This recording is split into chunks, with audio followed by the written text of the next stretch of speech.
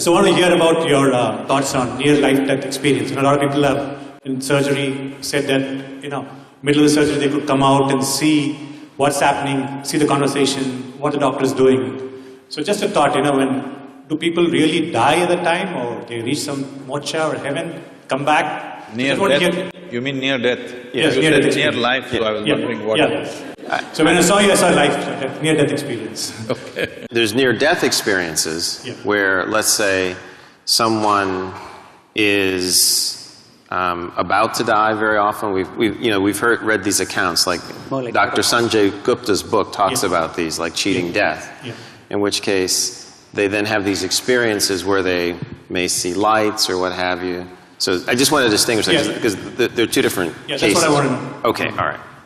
Anyway, when we say death, the definition of death on one level is you lost your body. That's what death is. So, let's not go into other areas, they'll get you into very fuzzy places. About near-death experience, it's… what is being referred to as meditation? We have a certain type of meditation called shunya. That means shunya literally translates as emptiness. That's not the right translation, but there's no appropriate word in English. So it's emptiness or nothingness. So if you settle down into shunya meditation, it's not near death, it's actually death, but conscious death. Suppose you're riding a bicycle, you are a new rider with little balance, so you will go like this. Some other kid is riding, he'll leave his hands free and whistle and look here, look there and ride and do all kinds of things, stand up on the handlebar and turn around, jump, all this. Why? It's a certain mastery, certain balance and mastery. Now, you can jump off the cycle and again jump back and do all these things. Similarly with your body, if you have a certain amount of mastery, you can jump off and jump back quite effortlessly. Now it is happening accidentally because of some medication, or for many people during 60s, 70s, the LSD time, there were a whole lot of people talking about this thing, sir, it's your time. It was your time. Oh, okay. Metaphorically. So, a whole lot of people talking about this, and it really happened to them. It's not that they were imagining things, it actually happened to many of them. But it was also because it was hallucinatory. Nobody knows whether it's this or that. There's no way to for sure say it actually happened to them or not. But I've met many people of those times who genuinely experienced things with which their lives got transformed in many different ways. In a crazy way, but suddenly everything about them changed simply because somewhere they perceived this… you can yo-yo this body a little bit if you wish, it's not a permanent thing. Just that little awareness changed the way they perceive life and they behave and they do things in their life. So this near-death, I'm not really looked at any of the thing, but some people have told me, some popular books, they were saying they see angels and there's a tunnel going.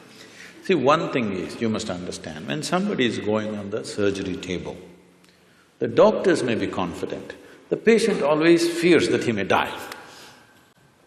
Hello? Doctors may be confident, they know the case, they know what they're doing, 99% of the time they're confident what they're doing. But the patient, once he closes his eyes and hands over his life to somebody, he always fears what will happen. So every small thing he thinks is death. It happens to people, if you put a gun to somebody's head and just shoot and miss them or it's a blank, they almost died. Near-death experience, they'll blank out for some time and then they come back. They really think they went away and they came back. And they saw the scene also from the top, because that's because of the Hollywood. So, human mind is capable of creating many dimensions of experiences. It need not be construed as death, it's life. First of all, anyway, I'm coming out with a book on death, an inside story. I'm doing this for 6.5 years, it's not complete yet. Okay. Hope in the next year or so I will come out with this. Why I'm saying this is, in reality, there is no such thing as death. It's life, life and life alone, moving from one dimension to another, another dimension to another. So if I lose one dimension, it looks like that is dead. Right now, it is a medical fact that they say approximately every fortnight, you're losing 7 kilograms of your existing body and something new has come in 1 fortnight.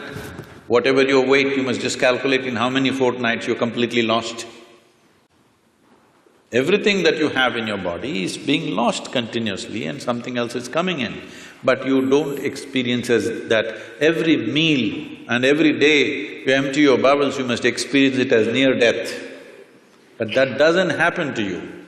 But this happens to you because there is some disengagement in your experience, first particularly because of anesthetic impact. The disengagement with various faculties that you're normally used to suddenly makes you feel you're dead. Nobody died. It's a completely wrong perception.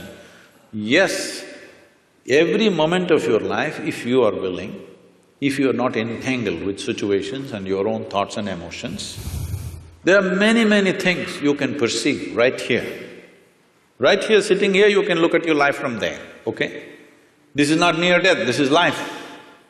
But because, as I said, loss of faculties works out well for a lot of people, unfortunately. It's not a good thing. This happened. A man met a close friend of his that he knew very well when they were in the university together, after 25 years break.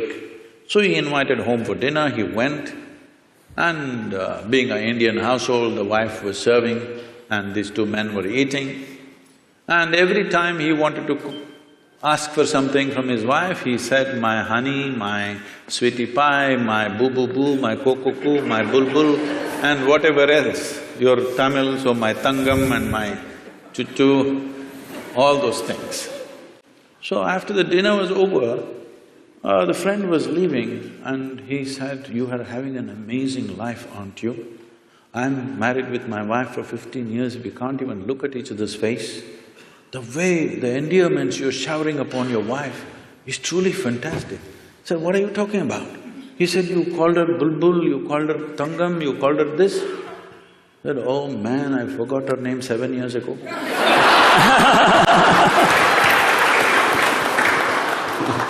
Loss of faculties, unfortunately, work very well for a lot of people because they are suffering their faculties. The greatest faculties that have come to us after millions of years of evolution, unfortunately we suffer because we have not read the user's manual.